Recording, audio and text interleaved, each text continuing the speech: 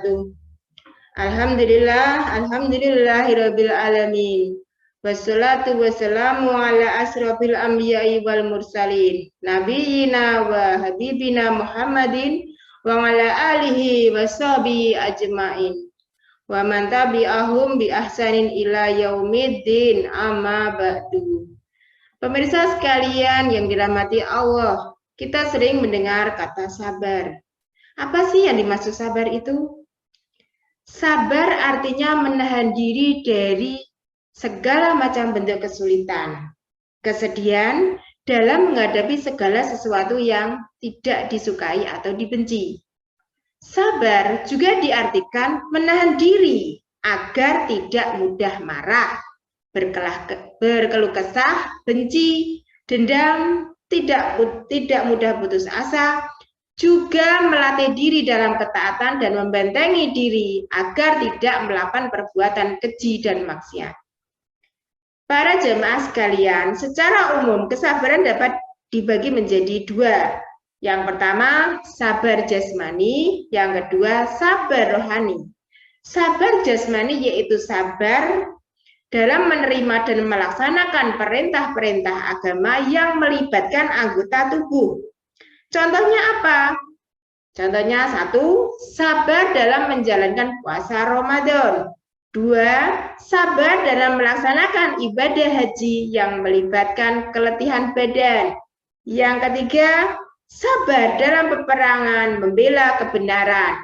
Sabar dalam menerima cobaan-cobaan yang menimpa jasmani atau tubuh, seperti penyakit, penganiayaan, dan semacamnya. Sabar rohani itu menyangkut kesabaran untuk menahan kehendak nafsu yang dapat mengantar kepada kejelekan. Contohnya apa? Sabar menahan marah. Itu yang pertama. Yang kedua, sabar untuk tidak melakukan ghibah atau membicarakan orang lain. Dan yang selanjutnya, sabar dalam menahan nafsu-nafsu yang lainnya. Keutamaan dan janji Allah untuk orang yang sabar ini terdapat di dalam Al-Quran. Apa saja keutamaan dan janji Allah tersebut? Yang pertama adalah kesudahan yang baik. Allah Subhanahu wa Ta'ala menjanjikan orang-orang yang sabar untuk memetik kesudahan yang baik setelah melewati cobaan dan ujian yang diberikan. Janji Allah ini terdapat dalam surat Hud ayat 49 dan Ar-Rod ayat 22. Tilka min ambail ghaibi nuhiha ilaik ma kunta ta'lamuha anta wala qaumuka min qabli hadza fasbir innal akibata lil muttaqin. Itu adalah di antara berita-berita penting tentang yang gaib yang kami wahyukan kepada Muhammad. Tidak pernah kamu mengetahuinya dan tidak pula kamu sebelum ini. Maka bersabarlah, sesungguhnya kesudahan yang baik adalah orang-orang yang bertakwa. Pada firman Quran surat Ar-Rod ayat 22 itu yang artinya, dan orang-orang yang sabar karena mencari keridhaan Tuhannya, mendirikan sholat dan menafkahkan sebagian rezeki yang kami berikan kepada mereka secara sembunyi-sembunyi atau terang-terangan, serta menolak kejahatan dengan kebaikan, maka orang-orang inilah yang mendapat kesudahan yang baik. Para jemaah, untuk yang kedua, keutamaan sabar yang kedua, yaitu keberuntungan. Allah Subhanahu wa Ta'ala juga bakal memberikan keberuntungan bagi orang-orang yang sabar. Sesuai dengan firman Allah dalam Quran surat Ali Imran ayat 200, ya ayyuhalladzina amanu biru wa sabiru wa robitu wa taqwaha la'allakum tuflihun.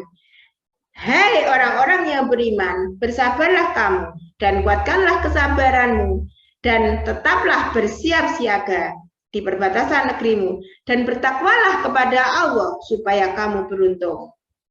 Sedangkan dalam Quran surat Al-Asr ayat 2-3 bahwa orang-orang yang sabar saling menasihati kesabaran tidak masuk dalam golongan manusia yang rugi. Innal insana lafi khusrin illal ladzina amanu wa amilus solihati wa tawassaw bil haqqi wa tawassaw bis sabr.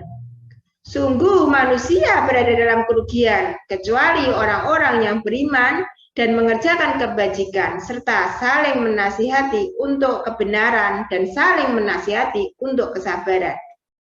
Keutamaan yang ketiga yaitu disukai Allah. Dalam Quran surat Ali Imran ayat 146, Allah Subhanahu wa taala berfirman bahwa Allah menyukai orang-orang yang sabar. Wa ka'ayyimin nabiyyi qatalama ahu rabbiyuna kasir fama wahanu lima asabahum fi sabilillahi wa mada'ufu wa mastakanu wallahu yuhibbus sabirin. Dan berapa banyaknya nabi yang berperang bersama-sama mereka sejumlah besar dari pengikutnya yang bertakwa. Mereka tidak menjadi lemah karena bencana yang menimpa mereka di jalan dan tidak lesu dan tidak pula menyerah kepada musuh. Allah menyukai orang-orang yang sabar. Sedangkan dalam surat Al-Anfal ayat 46 dan Quran surat Al-Baqarah ayat 249 juga disebutkan bahwa Allah Subhanahu wa taala bersama orang-orang yang sabar. Maka tatkala Talut keluar membawa tentaranya, ia berkata, sesungguhnya Allah akan menguji kamu dengan suatu sungai. Maka siapa di antara kamu meminum airnya, bukanlah pengikutku. Dan barang siapa tidak meminumnya kecuali untuk menciduk seciduk tangan, maka dia adalah pengikutku. Kemudian mereka meminumnya kecuali beberapa orang di antara mereka. Maka tatkala Talut dan orang-orang yang beriman bersama, dia telah menyeberangi sungai itu. Orang-orang yang telah minum berkata, tak ada kesanggupan kami pada hari ini untuk melawan Talut dan tentaranya. Orang-orang yang meyakini bahwa mereka akan menawi Allah berkata, berapa banyak terjadi golongan yang sedikit dapat mengalahkan golongan yang banyak dengan izin Allah. Dan Allah beserta orang-orang yang sabar.